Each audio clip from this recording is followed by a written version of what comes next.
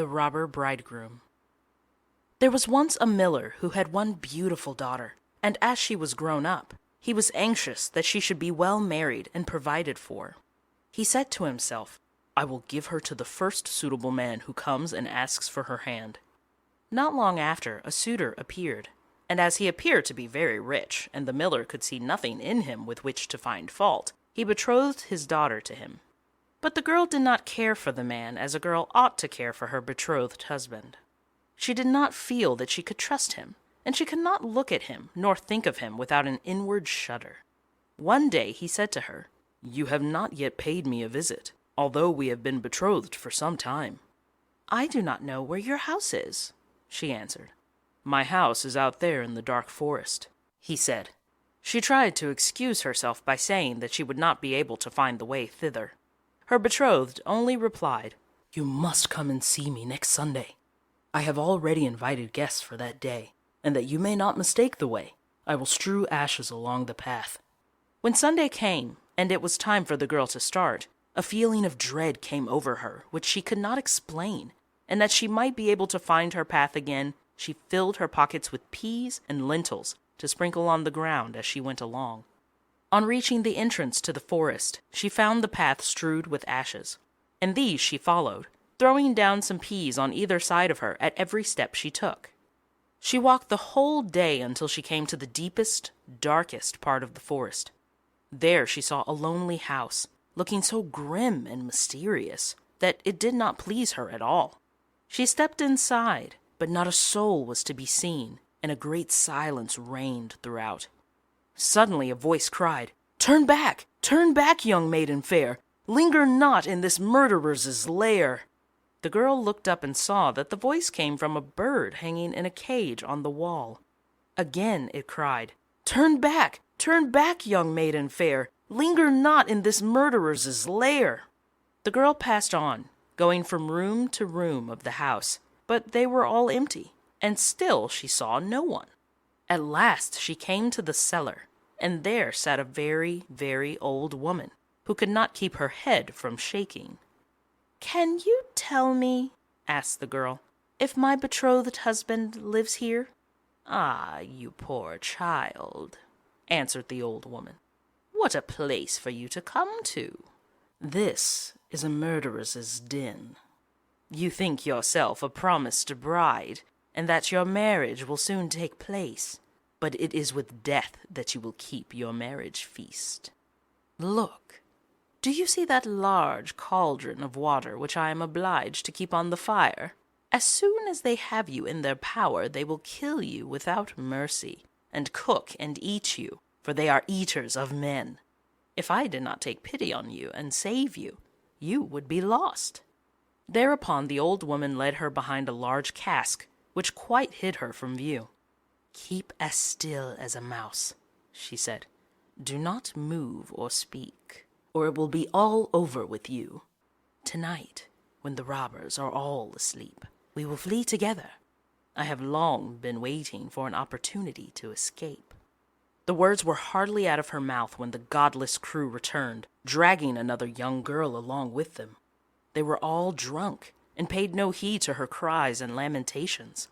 They gave her wine to drink, 3 glasses full, one of white wine, one of red, and one of yellow, and with that her heart gave way, and she died. Then they tore off her dainty clothing, laid her on a table, and cut her beautiful body into pieces, and sprinkled salt upon it.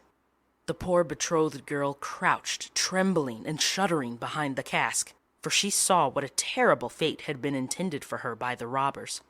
One of them now noticed a gold ring still remaining on the little finger of the murdered girl, and as he could not draw it off easily, he took a hatchet and cut off the finger, but the finger sprang into the air and fell behind the cask into the lap of the girl who was hiding there. The robber took a light and began looking for it, but he could not find it. "Have you looked behind the large cask?" said one of the others. But the old woman called out, "Come and eat your suppers, and let the thing be till tomorrow. The finger won't run away." "The old woman is right," said the robbers, and they ceased looking for the finger and sat down. The old woman then mixed a sleeping draught with their wine, and before long they were all lying on the floor of the cellar, fast asleep and snoring. As soon as the girl was assured of this, she came from behind the cask. She was obliged to step over the bodies of the sleepers, who were lying close together, and every moment she was filled with renewed dread lest she should awaken them. But God helped her, so that she passed safely over them, and then she and the old woman went upstairs, opened the door, and hastened as fast as they could from the murderers' den. They found the ashes scattered by the wind, but the peas and lentils had sprouted and grown sufficiently above the ground to guide them in the moonlight along the path. All night long they walked, and it was morning before they reached the mill. Then the girl told her father all that had happened. The day came that had been fixed for the marriage. The bridegroom arrived, and also a large company of guests, for the miller had taken care to invite all his friends and relations. As they sat at the feast, each guest in turn was asked to tell a tale. The bride sat still and did not say a word. "And you, my love," said the bridegroom, turning to her, "is there no tale you know? Tell us something." "I will tell you a dream, then," said the bride. "I went alone through a forest and came at last to a house. Not a soul could I find within, but a bird that was hanging in a cage on the wall cried, 'Turn back, young maiden fair, linger not in this murderer's lair.' And again, a second time, it said these words, 'My darling, this is only a dream.' I went on through the house, from room to room, but they were all empty, and everything was so grim and mysterious. At last I went down to the cellar, and there sat a very, very old woman, who could not keep her head still. I asked her if my betrothed lived here, and she answered, 'Ah, you poor child, you are come to a murderer's den. Your betrothed does indeed live here, but he will kill you without mercy, and afterwards cook and eat you.' 'My darling, this is only a dream.' The old woman hid me behind a large cask, and scarcely had she done this when the robbers returned home, dragging a young girl along with them. They gave her 3 kinds of wine to drink, white, red, and yellow, and with that she died. 'My darling, this is only a dream.'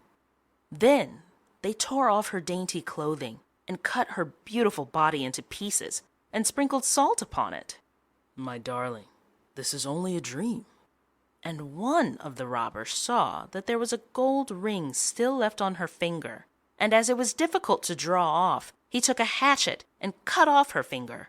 But the finger sprang into the air and fell behind the great cask into my lap.